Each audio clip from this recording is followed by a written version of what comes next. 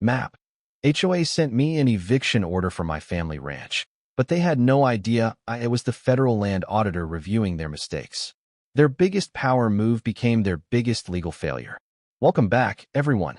Before today's story begins, I want to thank each and every one of you for being here. If this is your first time on the channel, don't forget to subscribe and hit the notification bell so you'll always know when a new story is released. Your support means more than you know. Every like, comment, and subscription helps this channel grow and allows us to keep sharing incredible stories with viewers around the world.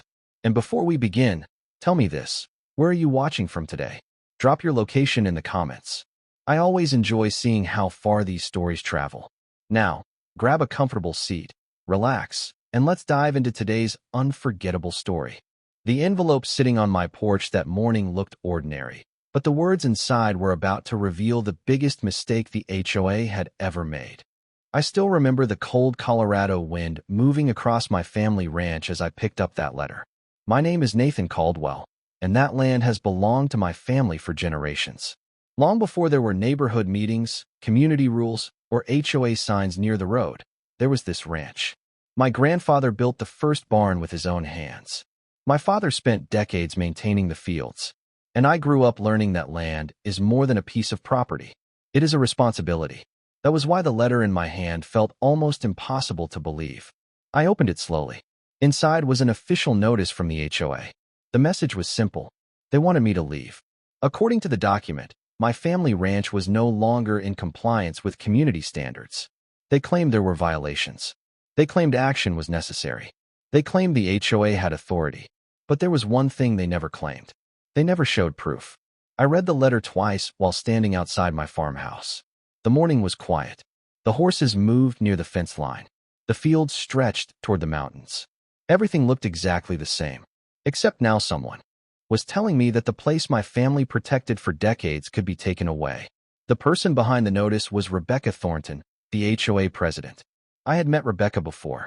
She was confident, organized, the type of person who entered a room expecting everyone to follow her direction. She believed rules created power, and because most people avoided conflict, she had become used to getting what she wanted. But Rebecca made an assumption about me. She saw a ranch owner who preferred working outside instead of attending meetings. She saw someone quiet, someone patient, someone who didn't immediately fight back. What she didn't see was the reason behind my silence. I wasn't confused. I was studying. That afternoon, I sat inside my office and placed the HOA notice on my desk. The room smelled like old wood and paper. Around me were decades of family records, property maps, ownership documents, historical surveys. I opened every file connected to the ranch, not because I was afraid, because I wanted to understand exactly what Rebecca believed gave her this authority. The first thing I noticed was how carefully the notice was written. It sounded official. It used complicated words. It referenced regulations. But when I looked deeper, something stood out. The language was confident. The evidence was missing. That difference mattered. I had spent years reviewing land records and studying property boundaries. I knew something many people forgot. A document can sound powerful without actually having power. A rule can exist without applying to everyone. And a person can hold a position without understanding its limits. I closed the folder and looked out the window toward the ranch. Rebecca thought she was dealing with someone who would simply accept the decision. She thought this was a normal HOA dispute. She didn't know that I had spent my career examining land issues exactly like this. She didn't know that every claim had to be supported by facts. And she definitely didn't know that before this was over, I would be the person reviewing the very decisions she believed made her untouchable. The letter on my desk was supposed to make me leave my family ranch. Instead, it became the first piece of evidence showing why I never should have been forced to go. The first thing I noticed was that the HOA didn't want a conversation. They wanted compliance. I remember looking at the second letter from Rebecca Thornton and realizing this was no longer a misunderstanding. It was a strategy. After the first eviction notice arrived, I expected questions. I expected someone from the HOA to contact me and ask about the ranch. Instead, I received another document, another demand, another attempt to make their authority sound stronger than it actually was. I placed the letter beside the first one on my desk. 2 notices. Same confidence. Same missing proof. That was when I understood Rebecca wasn't trying to discover the truth. She had already decided what the truth was, and that was dangerous. Over the next few days, I went deeper into the records connected to my property. The office became my quiet workspace. The smell of old paper filled the room as I opened files that had been protected by my family for decades. Property surveys, historical documents, boundary records, every piece of information connected to the ranch. I wasn't searching for a way to fight. I was searching for clarity. Because when someone makes a serious claim about land, emotions don't matter. Memories don't matter. Opinions don't matter. Records matter. The more I reviewed the HOA documents, the clearer the problem became. Rebecca had referenced community regulations. She had mentioned compliance requirements. She had suggested the HOA had authority over my ranch. But she never explained where that authority came from. That question was everything. Where did their power begin? And where did it end? I had seen this kind of situation before. People often confuse having a position with having unlimited control. A title can make someone feel powerful, but a title does not replace facts. A rule does not override ownership, and confidence does not create legal authority.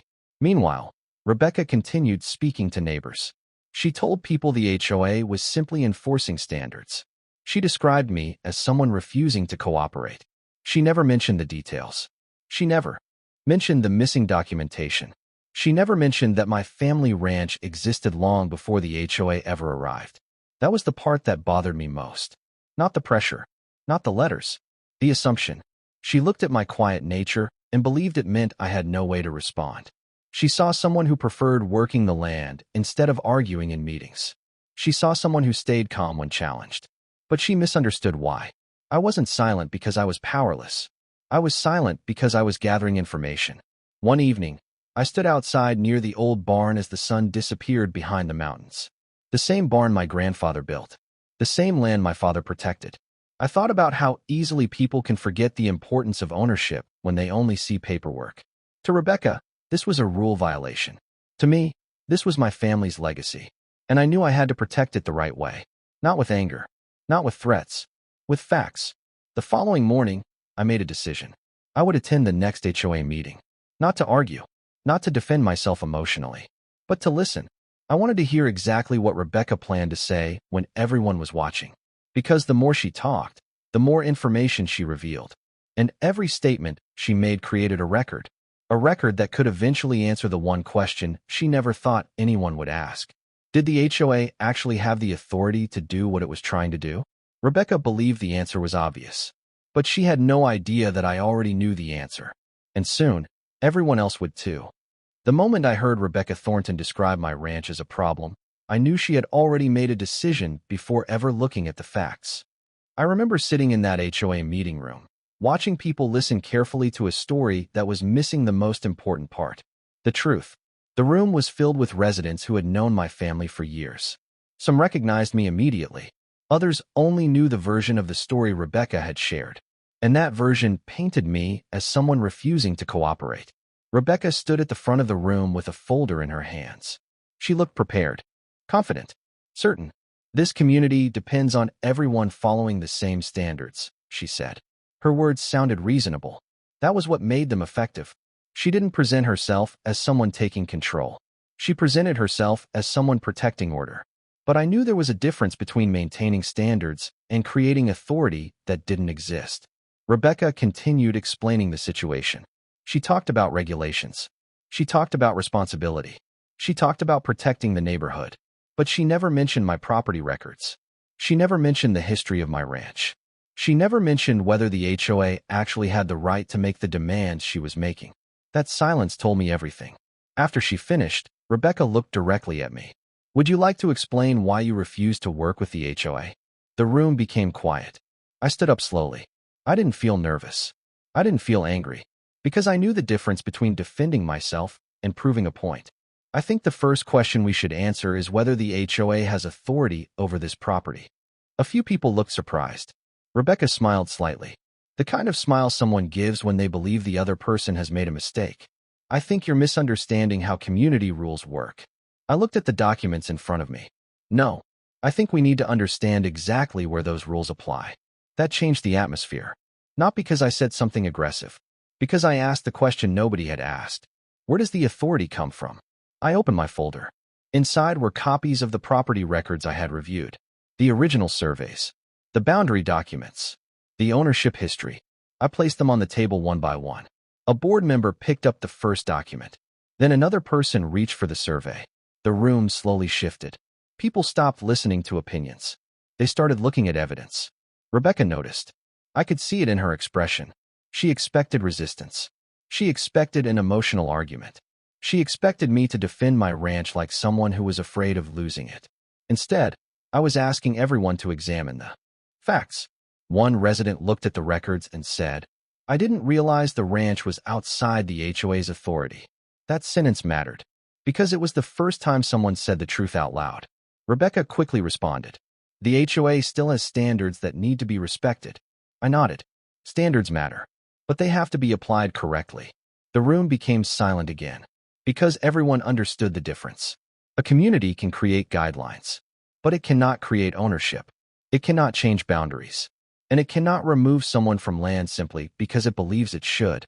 After the meeting ended, I gathered my documents and walked outside. The night air was cold. The parking lot was quiet, but I knew something had changed. Rebecca still didn't know everything about me. She didn't know my professional background. She didn't know how many years I had spent studying land records.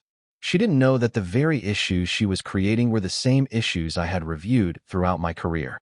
And I wasn't ready to tell her yet. Because sometimes the most important advantage you have is allowing someone to continue believing they understand the situation. Rebecca thought she was building a case against a ranch owner. She didn't realize she was creating a record that would eventually reveal every mistake she had made. And soon, she was going to discover that the person she underestimated was the one person who understood the rules better than anyone else in the room. Rebecca Thornton made her biggest mistake when she thought the meeting was about convincing people. She didn't realize the more she spoke, the more she revealed. I remember watching her stand at the front of the room, holding documents that she believed would prove her case. Instead, they were about to expose the weakness behind it. After the first HOA meeting, Rebecca didn't slow down. She increased the pressure. More notices arrived at my ranch. More requests were sent. Each one carried the same message. The HOA expected me to follow their instructions without question. But every document had something missing. A clear connection between their rules and my property. That missing piece was becoming impossible to ignore. I continued reviewing everything from my office.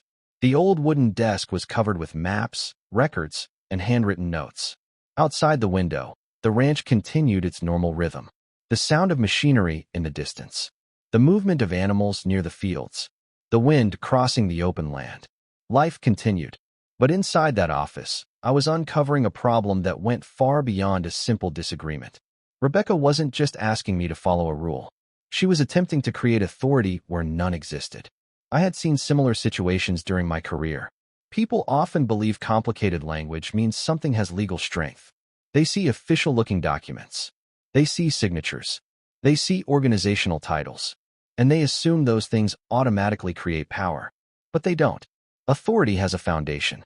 And that foundation is evidence. A few days later, I received an invitation to another HOA meeting. The wording was different this time. It wasn't a discussion.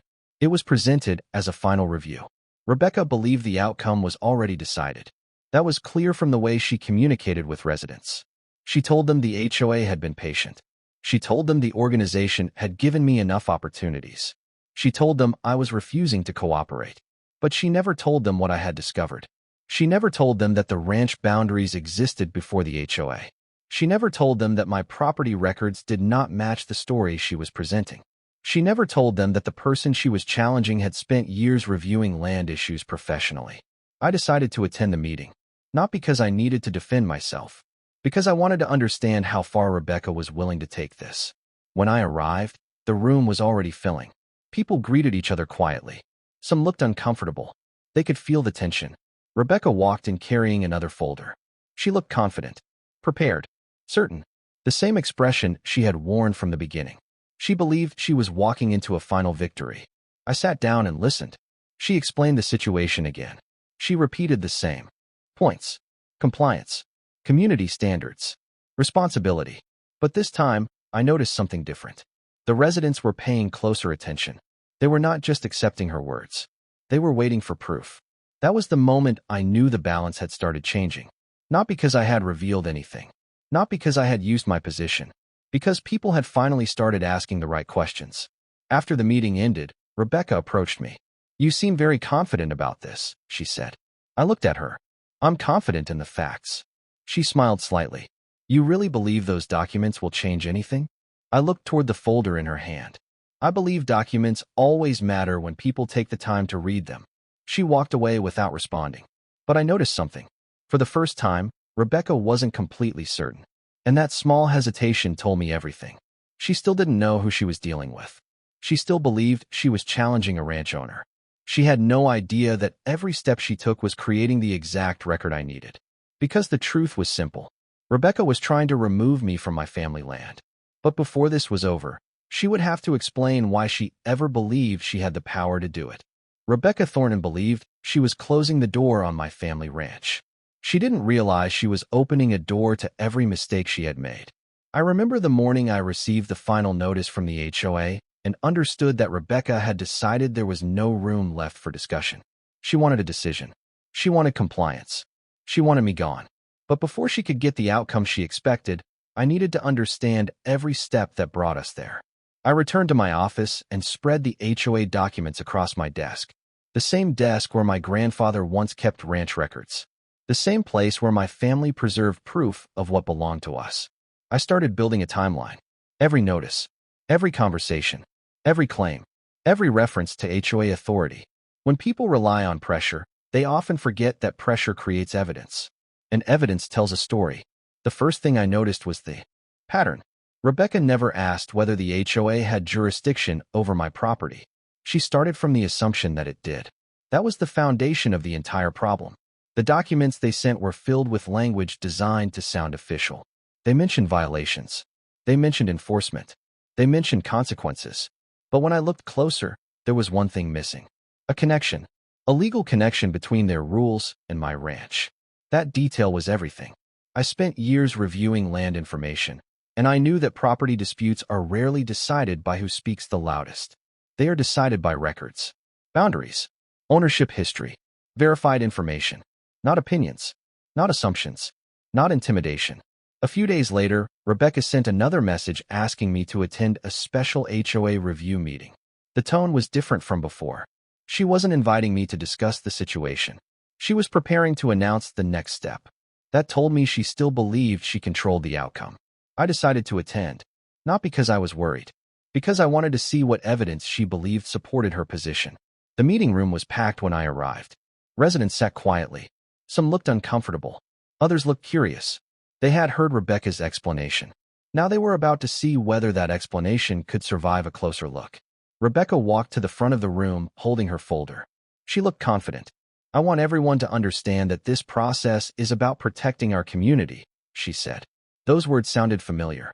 Protecting the community. Maintaining standards. Following rules. They were phrases that made people feel safe. But safety depends on fairness. And fairness depends on facts.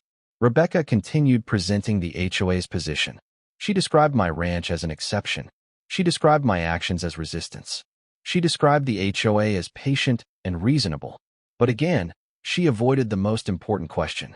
Did the HOA actually have the authority to control this property? I watched the residents carefully.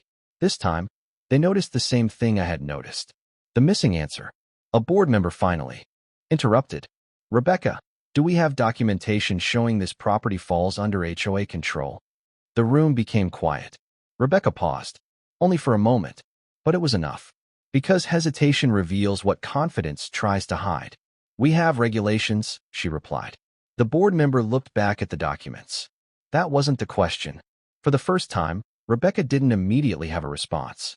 And that was the moment I knew the situation had changed. Not because I had revealed who I was. Not because I had used my position. Because the facts had finally entered the room. Rebecca came prepared to defend her authority. She didn't realize she was going to be asked to prove it. And proving authority is very different from claiming it. The biggest mistake Rebecca Thornton made was believing my silence meant I had nothing to say. She never understood that silence can be the moment when the strongest evidence is being prepared. I remember the night after that HOA meeting, sitting alone in my office with every document spread across the desk. The ranch was quiet outside. The lights from the barn reflected across the fields. And inside that small room, I was connecting every piece of the story Rebecca had created. The notices, the claims, the meetings, the statements, everything. I organized the information the same way I would review any complicated land matter. Step by step, document by document. Emotion had no place there. Only facts. The more I examined the HOA's actions, the clearer the pattern became. Rebecca wasn't just mistaken. She had built an entire argument on assumptions. She believed because the HOA had rules, those rules automatically applied. But property rights do not disappear because someone writes a regulation. A boundary does not move because a committee says it should. And ownership does not change because a group of people expects it to. The next morning, I began preparing the material I needed for the final meeting. I didn't want a dramatic confrontation. I didn't want to embarrass Rebecca. My goal was never revenge. My goal was accuracy. That was something I had learned throughout my career. The strongest response is rarely the loudest one. It is the one that leaves no room for misunderstanding. I prepared copies of the original property surveys. I included historical ownership records. I organized the documents showing exactly where my ranch boundaries existed. Then I added the information connected to the HOA agreements. That final part was important, because the question was never whether the HOA had rules. The question was whether those rules had any authority over my family ranch. Those were two very different things. Meanwhile, Rebecca continued preparing her side. I heard from neighbors that she was confident the next meeting would resolve everything. She believed enough people supported her. She believed the process was on her side. And honestly, I understood why she felt that way. Most people do not challenge official-looking documents. Most people assume the person holding the position knows what they are doing. But that assumption can be dangerous, especially when nobody takes the time to verify the details. The day before the final meeting, Rebecca sent me one more message. It was short, professional, almost polite. She asked me to reconsider my position and accept the HOA's decision. I read it several times, not because I was uncertain, because it showed me something important. She still didn't understand. Even after all the questions, even after the missing information, she still believed this was about convincing me to follow her authority. She didn't realize the issue was never my willingness to cooperate. The issue was whether her authority existed at all. That evening, I walked through the ranch as the sun went down. I passed the old fence line my grandfather built. I ran my hand along the weathered wood and thought about everything this land represented. It wasn't just about winning an argument. It was about protecting something that had been trusted to my family. The next morning, I put the documents into a folder and headed toward the HOA meeting. I knew what was waiting for me. Rebecca would be there. The board would be there. The residents would be watching. And for the first time, everyone would see the complete picture. But there was still one thing they didn't. No, they thought I was coming to defend myself as a ranch owner. They didn't know I was coming prepared as someone whose entire career was built around finding the truth in land disputes. And soon, Rebecca Thornton was going to learn the difference between having authority and understanding it. The room went silent when Rebecca Thornton realized the meeting was no longer following the script she had prepared. I remember looking around that HOA conference room and seeing something I had not seen before. People were no longer simply listening. They were questioning. And that was the moment everything began to change. Rebecca stood near the front table with her folder open.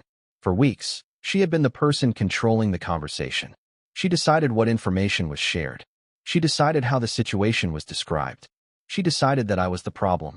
But now, the questions were coming from people who had trusted her. A board member looked through the property documents again. Rebecca, can you show us where the HOA authority extends to this ranch? The room became quiet. Not uncomfortable. Focused. Everyone was waiting for an answer. Rebecca looked down at her paperwork. She turned a page. Then another. For the first time, she wasn't immediately responding. That hesitation mattered. Because confidence is easy when nobody asks for proof. But proof is different. Proof has to exist. I believe the community agreements support our position, Rebecca finally said. Her words were careful, but they were not specific. I watched the board members exchange looks. They noticed the same thing I had noticed from the beginning. There was a lot of language, but not enough evidence. I opened my folder and placed the first set of documents on the table. These records show the original property boundaries. Then I placed another document beside it. This confirms the ownership history. Then another. This shows the timeline of the ranch existing before the HOA's current authority. I didn't raise my voice. I didn't need to. The documents were doing what arguments could never do. They were showing the truth. One resident picked up the survey and studied it carefully. I've lived here for years, and I never knew this property wasn't under the same rules. I looked at him. That's the problem. People assumed it was. That sentence changed the atmosphere. Because assumptions had been the foundation of everything. Rebecca assumed the HOA had control. Residents assumed Rebecca had verified everything. Everyone assumed the documents supported her. But nobody had actually checked. Until now. Rebecca leaned forward. Nathan, your documents don't change the fact that we have standards. I nodded. I agree. Standards matter. Then I paused. But standards only work when they apply. The room stayed silent. Because that was the difference. I wasn't arguing against rules. I was asking whether those rules belonged in this situation. And that question was something Rebecca could not answer with confidence. The meeting continued for another hour. The board reviewed documents. Residents asked questions. The discussion moved away from my supposed failure to comply and toward the HOA's responsibility to prove its authority. That was the shift. The moment Rebecca lost control of the story. After the meeting ended, people slowly left the room. Several residents stopped to speak with me. Some apologized. Some admitted they had only heard one side. I appreciated their honesty. But I also understood something important. Most people weren't trying to be unfair. They simply trusted the person who sounded certain. And Rebecca had always sounded certain. Before leaving, I noticed her standing near the doorway. She looked at the documents one more time. For a moment, neither of us spoke. Then she said, "You knew this would happen." I looked at her. I knew the facts would eventually be reviewed. That was all I said, because I didn't need to explain everything yet. Rebecca still didn't know the full story. She didn't know why I understood these records so well. She didn't know why I had remained calm through every notice and accusation. She didn't know that the person she believed was fighting against the system was actually someone who spent his career understanding it. And soon, she was going to discover the one thing she never expected. The quiet ranch owner she tried to remove was the person who knew exactly how to expose every mistake she had made. Rebecca Thornton finally asked the question she should have asked at the beginning. Not who I was, but whether she ever had the authority to challenge my family ranch in the first place. I remember the moment she looked across that meeting room and realized the conversation had completely changed. For weeks, Rebecca believed she was dealing with a simple homeowner dispute. She thought she was enforcing rules. She thought she was protecting the community. She thought I was someone who would eventually give up. But the documents on that table told a different story. After the meeting, the HOA board requested a complete review of the situation. Not because I demanded it. Not because I threatened legal action. Because the evidence created questions they could no longer ignore. The review began quietly. The same way I preferred everything to happen. No public arguments. No accusations. Just facts being examined one by one. The board reviewed the property records. They compared the HOA regulations with the actual boundaries. They looked at the timeline of ownership. And slowly, the truth became impossible to avoid. The ranch was never part of the authority Rebecca claimed. The rules she referenced did not give the HOA control over my property. The eviction attempt was built on a misunderstanding that should have been discovered before the first notice was ever sent.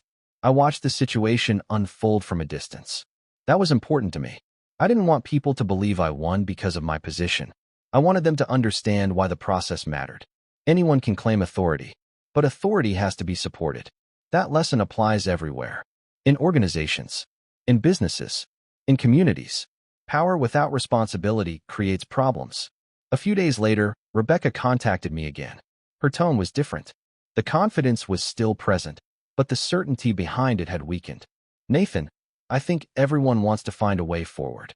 I stood outside near the barn while I listened. The evening air was cool. The fields were quiet. The same land that had caused so much conflict looked completely peaceful. "I agree," I told her. There was a pause. Then she said something I didn't expect. "I never thought this would become this complicated." I looked across the ranch. "I don't think it was complicated," I replied. "I think it was overlooked." That was the difference. The problem was never the rules. The problem was that nobody checked whether the rules applied. After the official review, the HOA began making changes. They updated procedures. They required more careful verification before taking action against property owners. They started asking questions before making decisions. Those changes mattered more than any apology, because the purpose of justice is not only correcting one mistake, it is preventing the same mistake from happening again. A few weeks later, I walked along the old fence line at sunrise. The wooden posts were still weathered. The fields were still covered with morning frost. The ranch was still the same place my family had protected for generations. But something had changed. The HOA no longer saw my property as a problem to solve. They saw it as a reminder. A reminder that authority has boundaries. A reminder that documents matter. A reminder that confidence means nothing without truth behind it. Rebecca once believed she could remove me from my family ranch with a few notices and a vote. She never realized she was challenging someone whose entire career was built around finding mistakes in land decisions. And that was the moment everything reversed. She thought she was reviewing my right to stay. Instead, her own decisions became the ones being reviewed. Because the strongest defense is not always a louder voice. Sometimes it is patience. Sometimes it is preparation. And sometimes it is simply allowing the truth to arrive at the exact moment when nobody can ignore it anymore. The day I returned to my family ranch after everything was over, I realized something important. The biggest victory wasn't proving Rebecca Thornton wrong. It was proving that the truth still mattered when someone tried to replace it with authority. I remember standing near the old fence line as the morning sun moved across the fields. The same fields that had been at the center of the entire conflict. The same land Rebecca believed she could control. But now, everything was quiet again. The HOA review was complete. The decision had been reversed. The eviction attempt was officially dismissed. And the ranch remained exactly where it had always been. With my family. For a long time, I stood there thinking about how quickly everything had changed. Months earlier, I was looking at a notice telling me I had to leave the place my family built. Now, the same organization that tried to remove me was rewriting its own procedures because of what happened. That was the part one found most meaningful. Not the embarrassment. Not the disagreement. The lesson. Rules are important. Communities need standards. Organizations need structure. But every system depends on one thing. Someone willing to make sure those rules are being used correctly. Rebecca had never expected that person to be me. She saw a ranch owner. Someone quiet. Someone who spent more time outside working the land than attending meetings. She never saw the years of experience behind that silence. She never understood that my patience was not weakness. It was preparation. Looking back, I think the biggest mistake was not the eviction notice itself. Mistakes happen. People misunderstand situations. Documents can be misread. The real problem was refusing to slow down and ask the right questions. Rebecca had the opportunity to verify everything before making a decision. She could have reviewed the records. She could have checked the boundaries. She could have asked whether the HOA actually had authority. But instead, she moved forward with confidence before she had the facts. And confidence without facts can lead people in the wrong direction. A few weeks after the final decision, I saw Rebecca at a community event. It was different from the first meetings we had. There was no tension, no accusations, no pressure. She approached me quietly. "I should have looked into the details sooner," she said. It wasn't a dramatic apology. It wasn't a moment from a movie. It was simply an acknowledgement. And honestly, that was enough. Because justice is not always about watching someone fall. Sometimes it is about watching someone finally understand. I told her something I had learned throughout my career. Every piece of land has a story. The only way to understand it is to look at the evidence. She nodded, and for the first time, I felt like she understood. Today, when I walk across the ranch, I don't think about the HOA letters. I don't think about the meetings. I don't think about the pressure. I think about my grandfather building the first barn. I think about my father maintaining these fields. I think about the responsibility that comes with protecting something larger than yourself. This ranch was never just property. It was history. It was family. It was a promise. And that is why I never gave up. Because sometimes people underestimate the person who stays calm. They mistake patience for surrender. They mistake silence for weakness. But the truth is different. The quiet person may simply be waiting for the right moment, the right evidence, the right opportunity for the facts to speak. Rebecca thought she was removing a ranch owner from his family land. She didn't know she was challenging someone whose entire career was built around finding the truth. And in the end, that was the lesson everyone learned. Authority can demand attention, but only truth can earn respect. Because justice was never about being the loudest person in the room. It was about being the one person prepared when the room finally became silent enough to listen.